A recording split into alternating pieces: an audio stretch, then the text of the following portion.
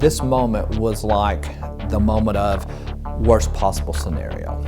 I was out on patrol, and there was one of the highway patrol, one of the officers had called in on the radio and asked for a vehicle check or was trying to get the dispatch. He is asked to make a phone call, which he has a right to do.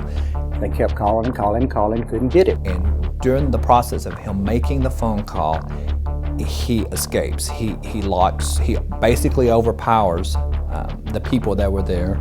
He locks two of them up, and he takes a jailer, really a dispatcher, with him. So then one of the Gilmer police officers, James Robertson or Jim Robinson, went up there and he looked. And it's not just any dispatcher. Rosalie Williams is the wife of a DPS trooper. And so he was looking in there, couldn't see anybody in there on the floor or anything. He kept banging on the door. So that's when other officers arrived, and then of course the chief deputy, James Beasley, came in, went back there and found Stacy Mullinax locked up in the cell, found Mayfield knocked in the head on the floor. He has killed other people before for less reasons than this. When I heard that he had kidnapped Rosalie Williams, my thought instantly was that she's probably dead by now. In my mind, first of all, I asked him, I said, why? I said, why are you doing this to me? He said, because, Rosie, he said, because you're the one that you didn't mistreat me, you didn't talk ugly to me. I'm sorry, Rosie, but I just have to do it. I just have to do it because I have to let people know that I'm innocent. I'm not guilty of killing those children. I said, but Jerry, this is not the way. This is not the way to prove that you're innocent. So he was driving so fast, and while he was driving, we could hear a helicopter.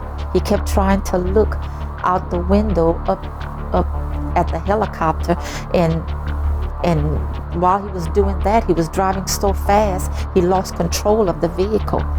And then he jumped out of the driver's side and walked over to the passenger side and dragged me out of the car.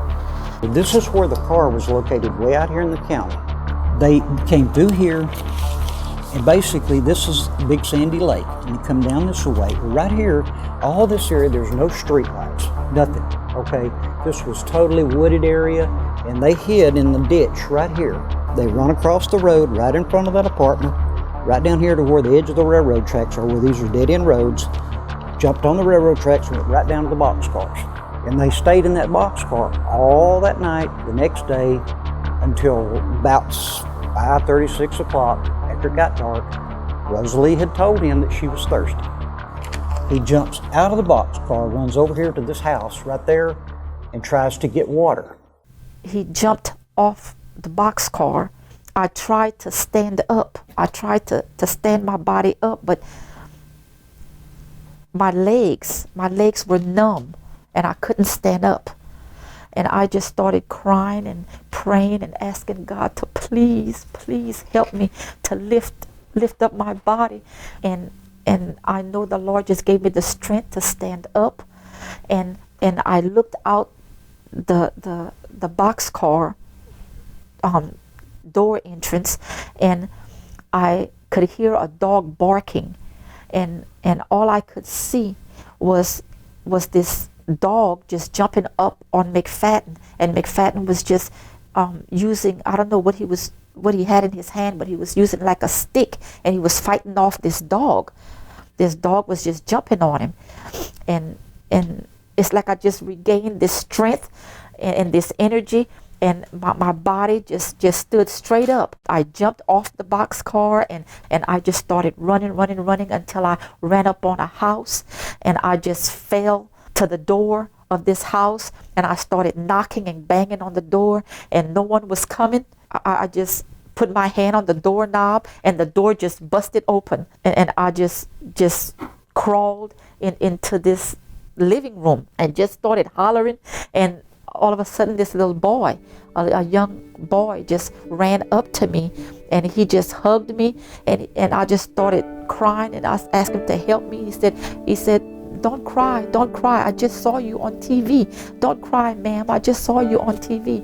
and I looked up, and there was the TV, and my picture was being shown on TV while this little boy was just hugging me. And he hollered for his mama and his daddy to come, and they just ran to where we were in the living room, on the living room floor, and they both just hugged me, embraced me. This little boy's parents just embraced me, and then the daddy just picked me up. His father just picked me up and carried me to their couch and just laid me down on their couch and gave me a drink of water. And this father was reassuring me that everything was going to be okay and I was safe. I was at their home and they were going to help protect me, and I was safe. I had kind of a red phone on the wall, and the dispatch picked it up too. Well, I picked it up, and he told me who he was. He said, "We got that lady." I said, "What are you talking about?" He said, "We have that lady that was on TV, that jailer." I said, "Where have you got her?" He said, "We got her up here at the house." The next thing I knew, the daddy was coming home with Richard Lingle, the chief of police at the time. He drove up and came and embraced me, and all I can tell you, I said, "God, thank you," because we thought she was dead. We thought he'd done killed her somewhere and buried her. I mean, she was shivering, she was scared, she was tired, and she kept worrying about how she smelled. I said, "Rosie, I don't care how you smell." I said, "Lady," I said, "we love you, we wanted you back." All the officers were coming, and the ambulance was coming, and Richard allowed me to get on his radio and let everyone know that I was alive and well, and I was okay.